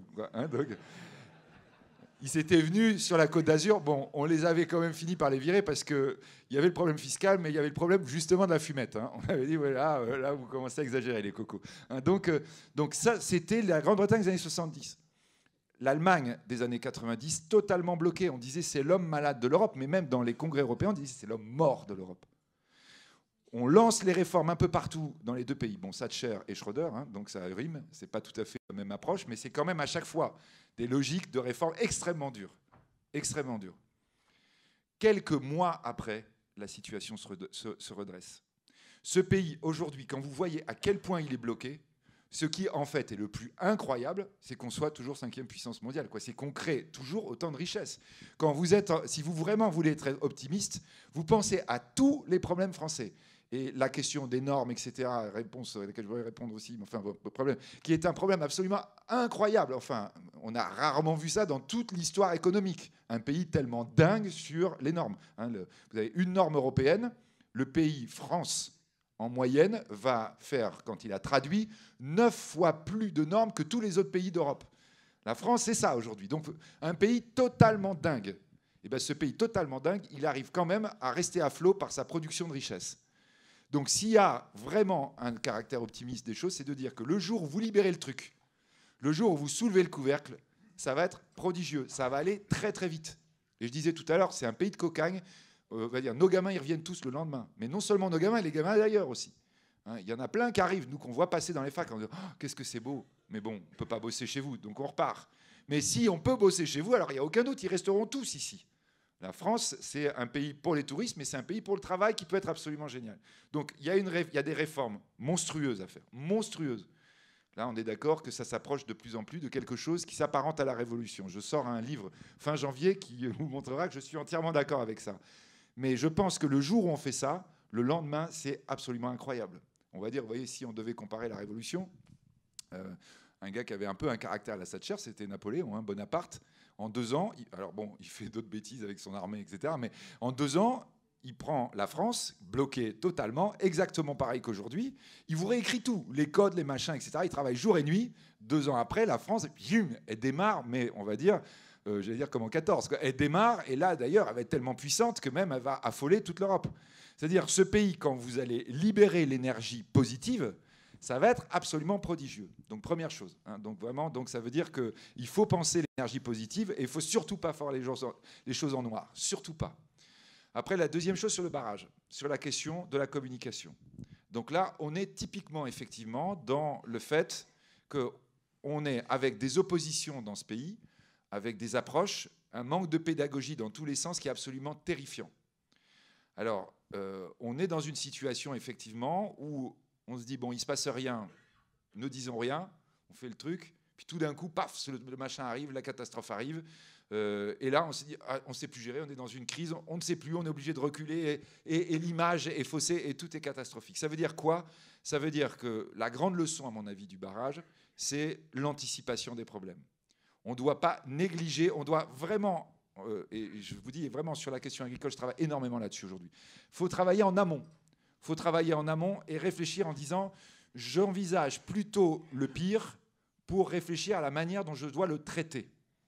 Et dès que je sens qu'il y a quelque chose qui va arriver, ça fait partie du coût d'un projet de dire je démine partout. Je démine partout. Et donc l'idée là, évidemment, c'est que maintenant, il va falloir déminer a posteriori, ce qui est beaucoup plus compliqué. Et parfois même, on peut dire qu'il est quasi impossible, mais rien n'est impossible. Souvenez-vous de l'exemple de BP.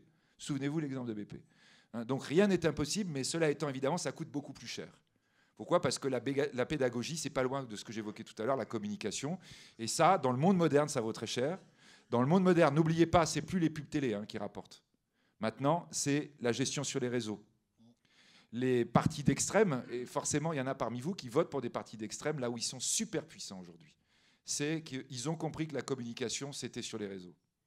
Les réseaux, la nouvelle communication, c'est là où ça se tient, c'est là où il faut réfléchir la stratégie. Et réfléchir la stratégie, ça veut dire mettre beaucoup de moyens et avoir beaucoup de gens très intelligents avec des gros cerveaux qui travaillent sur ces questions-là.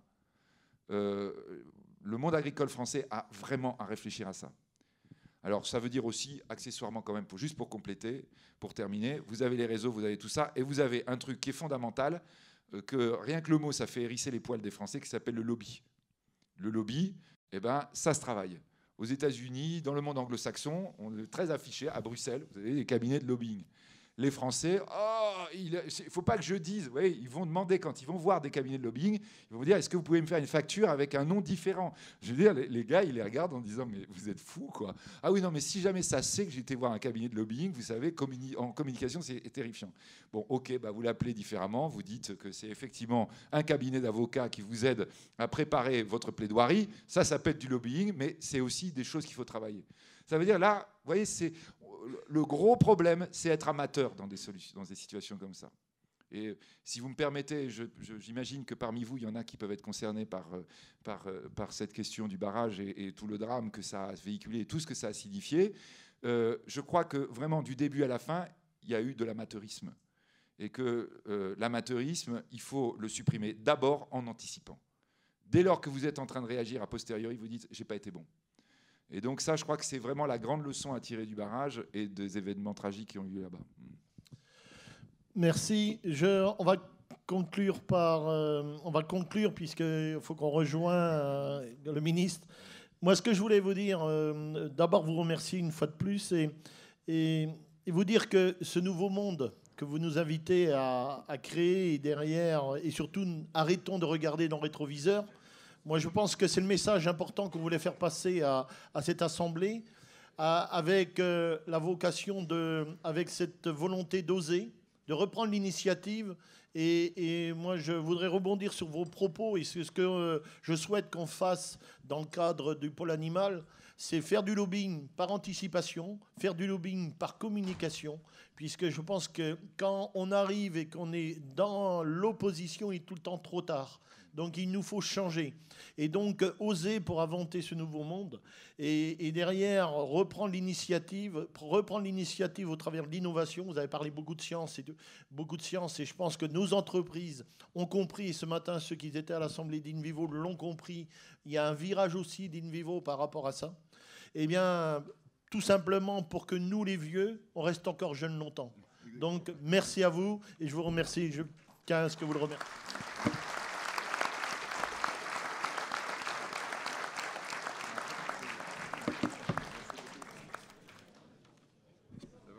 Oui, très bien.